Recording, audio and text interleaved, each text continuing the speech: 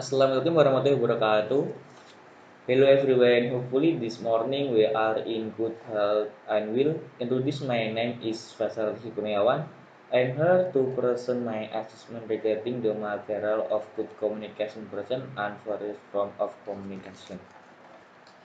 In this part of my presentation, I want to talk about the process of good communication and form of communication. Humans are social creatures where there is a attachment and mutual need between one another. Interaction with others is unitable and communication is the main point to convey message from each party. Communication is not just how the is conveyed but also the impression obtained by the communicant.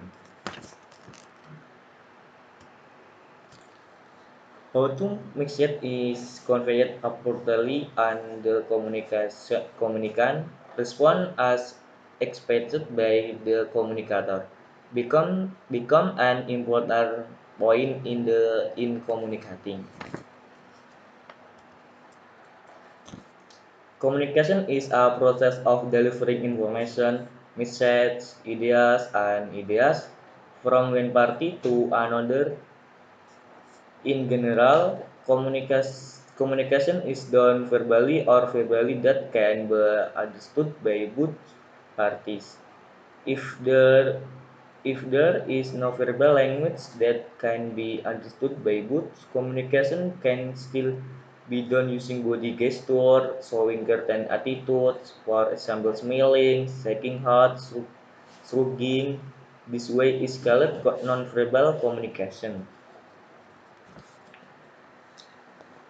Communication can occur if there are similarities between the delivery of the message and the person who receives the message. Therefore, communication depends on our ability to understand one another.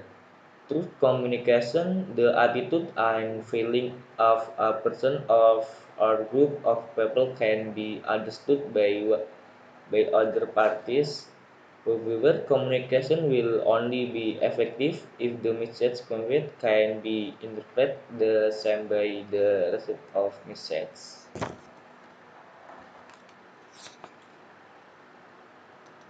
The form of communication according to FAD are split into three types. One, personal communication.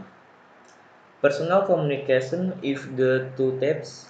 The first, personal communication in the interpersonal communication, which is communication that lasts a long time with a person. While the second is interpersonal communication, which is communication that takes place in a dialogical manner between two or more people. Two, group communication. The next form of communication is group communication, which is face-to-face communication shared out by the common individual in order to obtain the desired goal or objective, such as sharing information, solve meetings, or problem solving so that the all members can accurately cultivate the personal characteristics of their member. 3. Mass communication is a process of delivering messages through my mass media channels such as newspaper, radio, television, film shown in cinema buildings. Therefore, in this form of communication, the message conveyed is mass. Finally, we come the end of my presentation, which bring about the discussion of two process of good communication and form of communication.